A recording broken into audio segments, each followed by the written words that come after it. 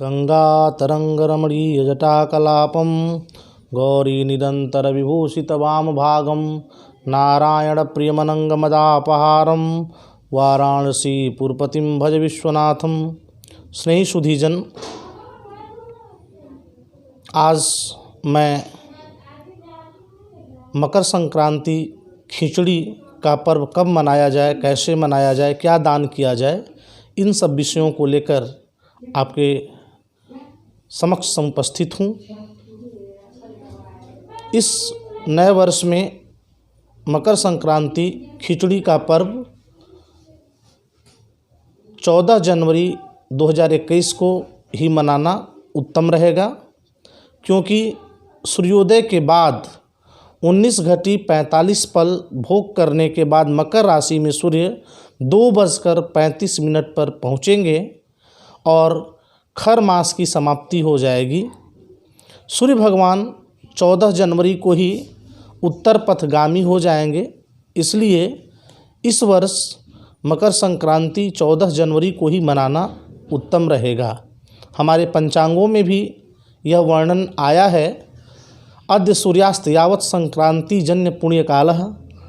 हमारे ऋषिकेश पंचांग में विद्वानों ने लिखा है कि संक्रांति जन्य पुण्य काल सूर्यास्त तक रहेगा, लेकिन हमारे निर्णय सिंधु में और अधिक घटी का महत्व है और हमको यह जानना चाहिए कि संक्रांति का मान कब और कैसे होता है। कालादर्श, निर्णयामृत या मदन पारिजात आदि ग्रंथों का सहारा जब हम लेते हैं तो हमको यह ज्ञात होता है कि यदि संक्रांति दिन में लग जाए तो उसी दिन सूर्योदय से लेके ही पुण्यकाल मानना चाहिए, और यदि संक्रांति यानी सूर्य मकर राशि में रात्रि में प्रवेश करें तब अगले दिन उस पुण्यकाल को मानना चाहिए। ऐसा लिखा भी हुआ है कि यदा तु सूर्यास्तात पूर्वम संक्रांतिर्भवति तदो उभय मते पूर्वमेव पुण्यकाल, कि यदि जो है सूर्यास्त से पहले सूर्य का मकर राशि में प्रवेश हो जाता है तो किसी भी मत से उसी दिन पुण्यकाल मानना चाहिए। और कहा कि रात्रौ तु प्रदोषे निशीथे व मकर संक्रमे माधव मते द्वितीय दिन एव पुण्यम, यानी रात्रि के समय, प्रदोष काल के समय या रात्रि में जब मकर राशि में सूर्य प्रवेश करें तो उसके अगले दिन यानी अगले दिन हम मनाते हैं। हम देखते हैं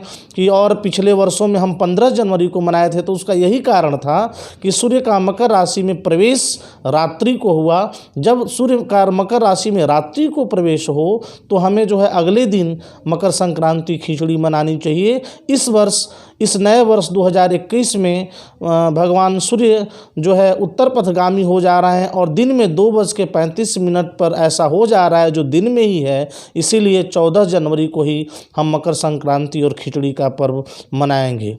अपरार्क में तो ऐसा लिखा हुआ है कि रात्रि में अगर सूर्य मकर राशि में प्रवेश करे तो दोनों दिन का पुण्यकाल होता है, 14 और 15, लेकिन रात्रि का तो यहाँ कोई विषय ही नहीं है। इसीलिए सूर्य का प्रवेश दिन में 2:35 पर हो रहा है, तो वही दिन 14 जनवरी ही पुण्यकाल का दिन होगा, संक्रांति का दिन होगा। उसी दिन हम मकर संक्रांति और खिचड़ी मनाएंगे। यह तो पर्व मनाने के निर्णय की बात हो गई।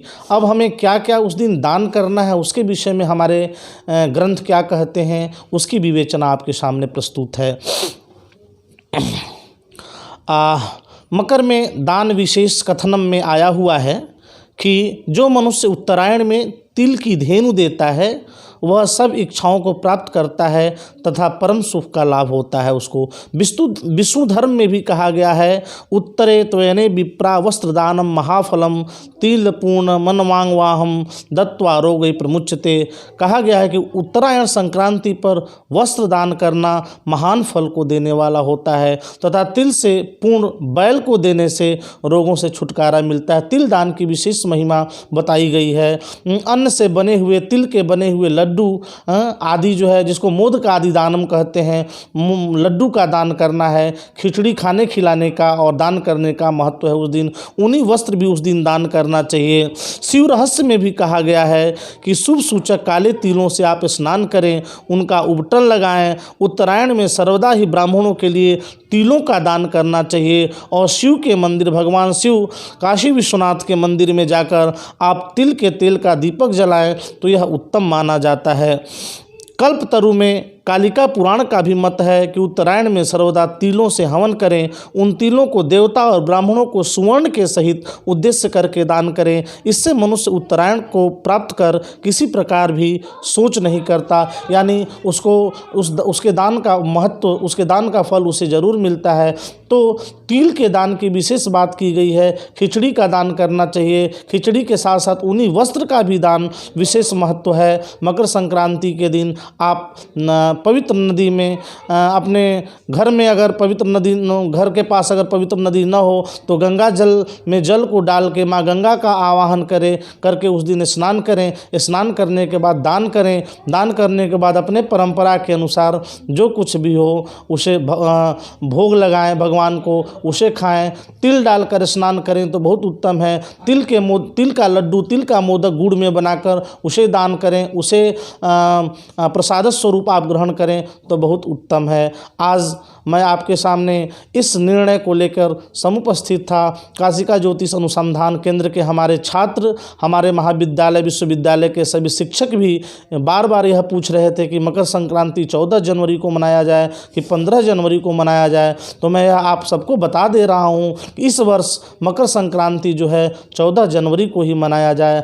आप दान आदि करें, आप पर्व और त्यौहार को खूब अच्छे से मनाएं। यही मैं भगवान से कामना करता हूं, बाबा विश्वनाथ से प्रार्थना करता हूं। मैं अभी महाविद्यालय से अपनी कक्षा पूर्ण कर जैसे ही आया वैसे बहुत फ़ोन आने लगे, तो मैंने सोचा कि मकर संक्रांति का निर्णय आपके सामने प्रस्तुत कर दूं।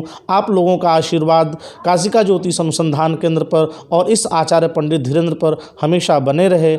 इसी कामना के साथ मैं आप सभी को प्रणाम करता हूं। नमस्कार।